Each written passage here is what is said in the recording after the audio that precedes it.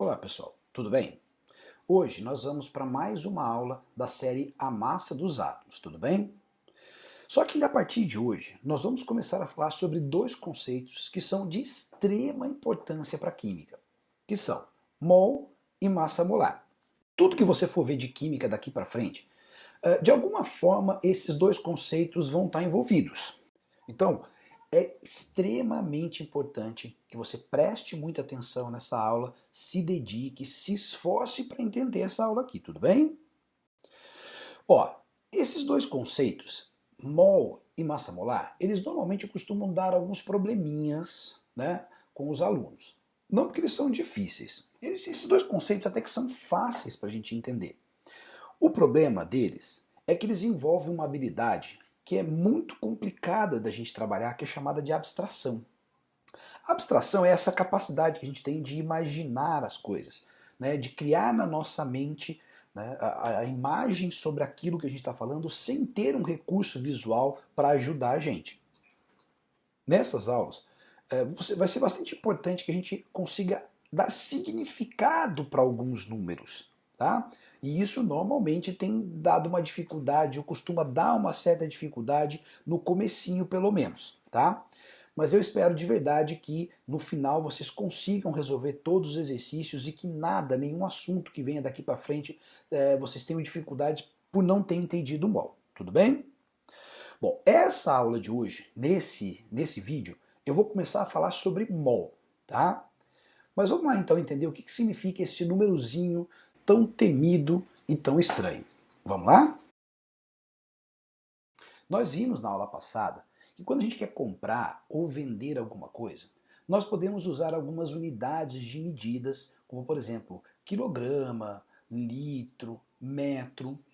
No entanto, algumas outras vezes a gente não usa esse tipo de unidade. A gente vende ou compra as coisas ou conta as coisas através de conjuntos.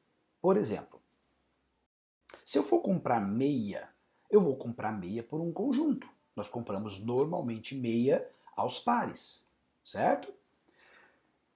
Ovos. Eu até posso ou poderia comprar ovos por unidade, mas não é muito usual. Normalmente, quando você vai no supermercado, você encontra lá uma caixinha de ovos que vem com uma dúzia de ovos, tá? Se você for comprar papel, tá? Papel sulfite, normalmente, como a gente não usa em grandes quantidades, a gente costuma comprar num pacotinho que tem 100 unidades, ou seja, nós estamos comprando por um conjunto chamado de centenas. Se nós fôssemos comprar, por exemplo, grampo para grampeador, nós não compraríamos por pares, né, dúzias. Até poderia, mas não é muito usual. Como aquilo é muito pequenininho, normalmente a gente compra uma caixinha e nessa caixinha vem 1000. Então nós estamos comprando por milhar, certo? E todos esses conjuntos nada mais são do que exatamente isso. Conjuntos com um certo número de unidades. Por exemplo, o que significa então par? Par é um conjunto que tem duas unidades. Não importa do que. Eu posso comprar um par de meias, eu posso comprar um par de sapatos, eu posso comprar um par de luvas, um par de canetas, não importa o que eu estou comprando. Par é sempre um conjunto que se refere a duas unidades. Dúzia, a mesma coisa. Dúzia é um conjunto que tem 12 unidades, não importa do que. Eu posso comprar uma dúzia de ovos, uma dúzia de bananas, uma dúzia de laranjas, uma dúzia de canetas, certo? Centena também é um conjunto com 100 unidades, certo? Posso comprar papel, posso comprar qualquer coisa por centena, tijolo, seja lá o que for, tá certo? Agora, cada um desses conjuntos é adequado para uma situação. Meia é adequado se usar par para poder vender, certo? Ovos, você não vai comprar em par, é muito pouco, então não é muito adequado para comprar ovos. Dúzia também não é apropriado para comprar, por exemplo, folhas de papel ou grampos de grampeador. Então, para cada coisa, eu tenho um conjunto adequado, ok? Entendido isso, vamos então para entender o que significa mol. Assim como par, dúzia e centena, mol é só um conjunto com 6 vezes 10 a 23 unidades. Ou, se fôssemos escrever com todos os zeros, seria mais ou menos isso. Um mol tem 600 sextilhões de unidades. E por que esse número é tão grande assim? Porque ele é adequado para poder contar átomos e moléculas. Não é adequado para eu comprar meias, não é adequado para eu comprar ovos, mas é adequado para átomos e moléculas. O grande problema desse número é, como eu disse para vocês, ele é extremamente abstrato. É muito difícil a gente ter uma noção do que significa 600 sextilhões de unidades. Quando eu falo de par, quando eu falo de dúzia, por exemplo, se eu pedir para que vocês imaginem uma dúzia de bananas, vocês vão conseguir na cabeça de vocês imaginar de repente um cacho de bananas. É fácil fazer isso porque você já viu várias vezes no seu dia, no seu cotidiano, o conjunto dúzia. E você usa isso cotidianamente. Então é fácil de imaginar. Agora, mol, esse número tão grande, a gente não consegue ter noção do que isso significa. Se eu pedir para que vocês imaginem, por exemplo, um mol de folhas de papel sulfite, será que você seria capaz de imaginar o quanto isso significa? Eu tenho quase certeza que não. Por isso eu vou propor um desafio para vocês. Bom, você saberia me dizer qual é a altura de uma pilha formada com um mol de folhas de papel sulfite? Ou seja, se eu pegar 600 sextilhões de folhas de papel sulfite, 6 vezes 10 a 23 folhas de papel sulfite, colocar uma em cima da outra, você sabe me dizer qual vai ser a altura disso? Eu tenho certeza que qualquer coisa que você imaginou aí na sua casa, mas está muito, muito longe do que é na realidade. Vamos fazer um cálculo aqui, ó. Você pode testar aí na sua casa. Pegue 10 folhas de papel sulfite e meça qual é a altura dessas 10 folhas. Isso vai dar mais ou menos 1 milímetro. Isso quer dizer, então, que se eu pegar uma folha de papel sulfite, a altura dessa folha vai ser de 0,1 milímetros, ou 10 a menos 1 milímetro. Mas eu quero pegar 6 vezes 10 a 23 folhas, 1 mol de folhas de papel sulfite. Qual vai ser a altura que isso vai me dar? Em milímetros.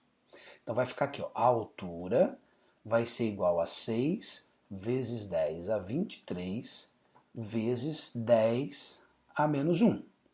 Ou seja, a altura vai ser igual a 6 vezes 10 a 22 milímetros. Mas pensar em milímetros é muito ruim, né? Vamos passar isso daqui para metro? Para passar isso para metro, eu preciso dividir isso por 1000. Então, se eu dividir por 1000, a altura vai ser 6 vezes 10 a 19 metros. Bom, mas pensar em metros ainda está muito ruim, né? Eu não consigo imaginar o que isso significa. Vamos passar isso daqui para quilômetros. Para passar para quilômetros, eu tenho que de novo dividir isso por 1000.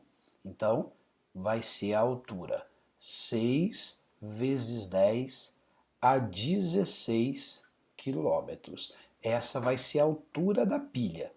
Você consegue imaginar o quanto isso é alto? Será que seria possível essa pilha chegar até a Lua? Ou seja, se eu pegasse uma pilha de papel, fizesse aqui essa pilha de papel de um mol de papel sulfite, será que daria para chegar aqui, ó, da Terra até a Lua? Ó, vou dizer para você que dá, porque a distância da Terra à Lua é de aproximadamente, arredondando aqui, 400 mil quilômetros. Ou seja, é 4 vezes 10 a quinta quilômetros. E nós estamos falando de uma pilha com 6 vezes 10 a 16 quilômetros. Então me diz rapidinho aí, quantas pilhas você acha que dá para fazer então daqui até na Lua? Se a pilha tiver essa altura aqui, ó, 4 vezes 10 a quinta quilômetros, quantas vezes eu vou conseguir fazer com um mol de papel, quantas pilhas eu consigo fazer? Responde aí, rapidinho. E aí, quanto foi? Ó, vamos calcular? Então, se eu pegar uma pilha de papel, isso vai ter a altura de 4 vezes 10 a quinta ou a 5 quilômetros, certo? Quantas pilhas eu vou conseguir fazer se eu tivesse um comprimento total de 6 vezes 10 a 16 quilômetros? Ou seja, se eu pegasse essa pilha aqui, ó, de 6 vezes 10 a 16 quilômetros, dividisse ela em pilhas de 4 vezes 10 a quinta quilômetros, quantas pilhas daria? Ó, x vai ser 6 vezes 10 a 16 dividido por 4 vezes 10 a quinta. Isso daqui vai dar 1,5 vezes 10 a 11 pilhas. Isso daqui, ó, é isso, ó,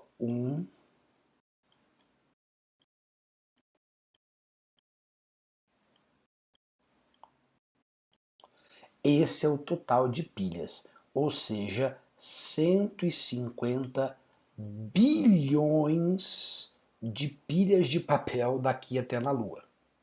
Ó, isso ainda é muito difícil de imaginar. Olha como esse número é realmente muito grande. Ó, vou mostrar um outro desafio, vou mostrar uma outra conta para vocês aqui. Ó, só para vocês terem uma noção do quanto esse número é grande. Vamos pegar aqui, ó, essa é a Via Láctea, tá? É a galáxia que nós vivemos. A Via Láctea ela parece um disco achatado assim, né? E o diâmetro desse disco é de aproximadamente 100 mil anos-luz, né? Então esse diâmetro é de 100 mil anos-luz. Pessoal, só para você ter uma ideia, uma dessas estrelinhas que está aqui é o nosso Sol. Então você imagine o tamanho da galáxia, tá bom? Será que se eu colocasse a pilha de papel aqui deitada, será que daria para acomodar aqui dentro da nossa galáxia? Mas em anos-luz fica difícil a gente comparar aquela pilha, né, tá em quilômetros, com anos-luz. Então vamos transformar isso daqui, esse diâmetro aqui da Via Láctea, em quilômetros, tá? Ó, isso é a mesma coisa que 10 a quinta anos-luz. Então vamos lá. Para vocês terem uma noção, um ano-luz tem mais ou menos 10 elevado a nona quilômetros, ok? Se eu pegar aqui, ó, 100 mil anos-luz, ou seja, 10 a quinta anos-luz, quantos quilômetros isso equivale? X vai ser 10 elevado à quinta vezes 10 elevado à nona. Ou seja, isso vai dar 10 elevado a 14 quilômetros. Pessoal, a nossa pilha tem 10 a 16 quilômetros. O que isso significa? Significa que a nossa pilha é 100 vezes maior do que a Via Láctea, do que o diâmetro da Via Láctea. Eu precisaria de 100 galáxias como essa, uma do lado da outra, para dar o mesmo comprimento dessa pilha de papel. Só para vocês terem uma noção, se vocês forem andar, né, a velocidade, percorrer essa pilha na velocidade da luz, vocês levariam 10 milhões de anos para percorrer essa pilha inteira. Ou seja, pessoal, esse número, o mol é muito grande. Viu como é difícil imaginar alguma coisa, imaginar o que isso significa, imaginar ter uma ideia, uma imagem concreta do que significa um mol. Por isso é tão difícil trabalhar com isso daí. Mas vamos ver se vocês entenderam. Eu tenho mais um desafio para vocês. Bom, agora nós não vamos falar mais de comprimento, não. Nós vamos falar de volume, tá? Nós vamos falar de volume de água. Nós vamos pegar moléculas de água. Então me responda rapidamente. Se eu pegar 1 mol de moléculas de água, será que o volume disso daí dá para encher uma piscina olímpica? Na verdade, não dá nem para o cheiro. 1 mol de moléculas de água não chega nem perto de uma piscina olímpica. Só para vocês terem uma noção, Um mol de moléculas de água dá o volume de aproximadamente 18 ml. Isso dá só o fundinho desse copo que está aí. Um copo normal desses que a gente tem em casa tem em média 200 ml, 180 a 200 ml. Se eu pegasse um copo desse cheio, eu teria 10 mols de molécula de água. Ou seja, por que a gente usa um número tão grande como esse? Lembra que eu falei da questão de ser adequado? Como átomos e moléculas são extremamente pequenos, eu preciso pegar um número tão grande desse para que essa quantidade, um mol, né, esse conjunto, seja realmente uma coisa palpável para mim. Imaginar 18 ml de água é fácil. Então, por que a gente usa esse número tão grande? Nós fazemos isso para que a gente possa ser capaz de criar uma imagem mental do que significa um mol, ok? Então, a partir de agora, quando a gente falar um mol de alguma substância, você vai imaginar um pouquinho daquela substância. Olha só, vou mostrar alguns exemplos para vocês. Por exemplo, se eu pegasse um mol de átomos de carbono, isso daria mais ou menos 12 gramas de carbono. Será? Isso seria alguma coisa como uma colher, né? Uma colher de sopa contendo carvão, carbono? Né? Ferro, se eu pegasse ferro, um mol de átomos de ferro daria ali mais ou menos 56 gramas, um bloquinho pequenininho de ferro. Ferro é bastante denso. Se eu pegasse outra coisa, como por exemplo cloreto de sódio, sal de cozinha, um mol de sal de cozinha dá um pouco menos de 60 gramas. Ó, lembra, naquele pacotinho que você compra de sal no supermercado vem 1000 gramas. Um mol significa 60 gramas, ou seja, é bem pouquinho. Se eu pegasse de sacarose, o açúcar comum, um mol de moléculas de sacarose, isso daria em torno de 300 gramas, mais ou menos 300 e poucos gramas. Então, se eu pegasse um pacote daquele de 1 quilo de açúcar, dá mais ou menos 1/3 daquele pacote de açúcar, tá bom? Pessoas, vamos fazer alguns exercícios para a gente poder aprender a trabalhar com esses números. Vamos lá? Vamos lá então resolver o exercício número 1, que diz assim, ó.